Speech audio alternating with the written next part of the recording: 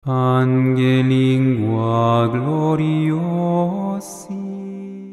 Ipinagdiriwang ng simbahan ngayong linggo ang dakilang kapistahan ng katawan at dugo ng Panginoon na mas kilala bilang Corpus Christi. Inugunita ang kapistahan na ito tuwing linggo pagkatapos ng pagdiriwang ng kapistahan ng banal na Santatlo. Binibigyang diin sa selebrasyon ang katotohanan, hindi lamang ang paghandog ni Kristo ng kanyang katawan at dugo bilang pagkain na inialay niya para sa ating kaligtasan, kundi pati na rin ang pananatili ng Panginoon sa piling natin hanggang ngayon sa anyo ng tinapay at alak sa Eucharistia.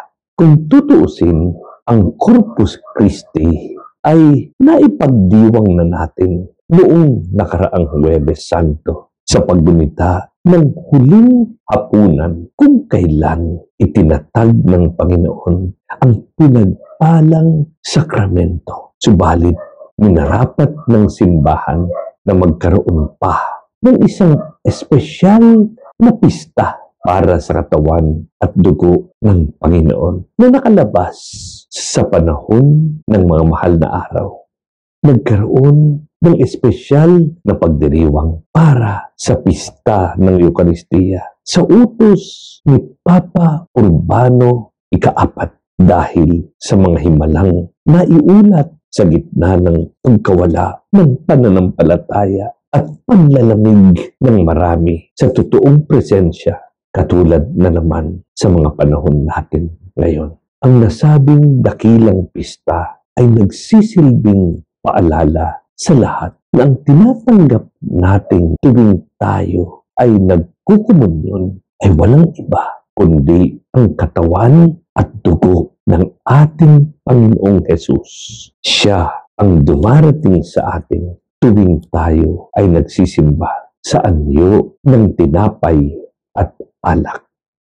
Ayon sa turo ng simbahan, ang Eucharistia ang siyang bukal at rurok ng buhay Kristiyano. Sa Eucharistia, nagiging handa tayong humarap sa mga hamon ng buhay.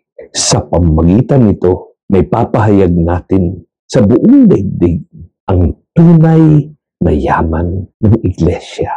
Dahil taglay nito ang katawan, dugo, kaluluwa at pagkadiyos ng Panginoong Hesukristo. Giit ng simbahan, mismong si Jesus ang tinatanggap natin sa misa. Sa higit 2,000 taon, patuloy nating kapiling ang Panginoon sa pagdiriwang ng Eucharistia. Hindi niya tayo iniwan. Ito ang panahon upang pagnilayan kung nagiging katulad natin siya sa malimit nating pagtanggap ng komunyon. Ang pagdiriwang ng pista ng katawan at dugo ng ating Panginoon ay paanyaya sa tanan upang buksan ng puso sa Diyos na naghahandog ng sarili bilang pagkain at inumin, dulot ng kanyang kagandahang loob at malasakit sa atin. Niloob ng Panginoon manahan sa ating puso at kaluluwa, sanhi ng kanyang dakilang pag-ibig at awa sa atin. Batid ng Diyos ang pangangailangan natin upang mabuhay. Kaya't buong pagmamahal niyang patuloy na inihahandog ang sarili sa atin sa banal na Eucharistia. Damang-dama natin ang ating gutom sa Diyos. Batid na hindi tayo nabubuhay at tatagal kung wala ang pagkain na nagbibigay buhay.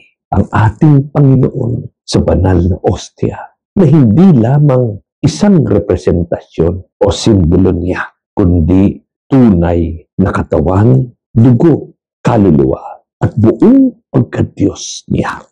Sa taong may pananampalataya, walang paliwanag pa ang kailangan. Ditulad ng mga palalo na sarado ang isip sa milagrong nagaganap tuwing misa.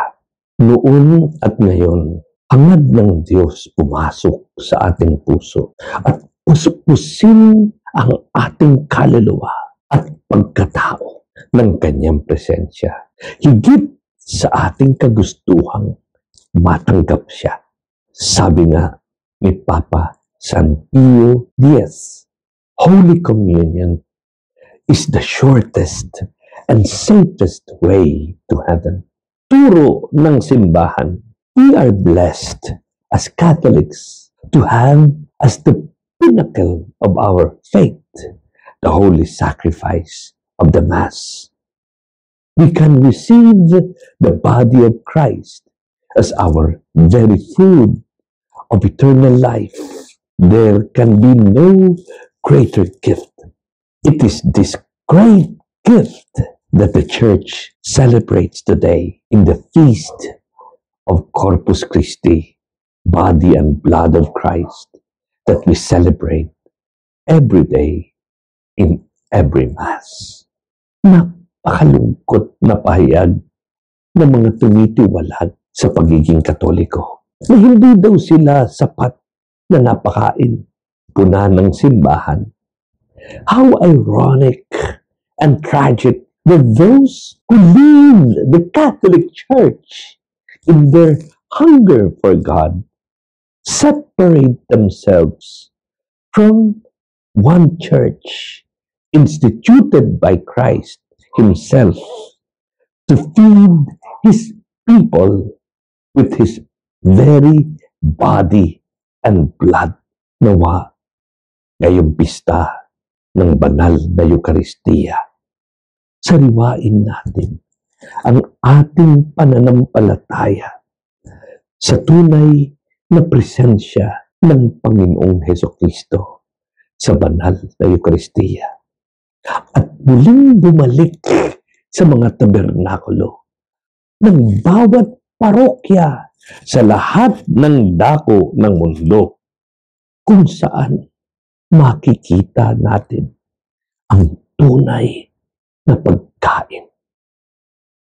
Maria, palalimin mo ang aming pagmamahal sa Eucharistia. God bless you.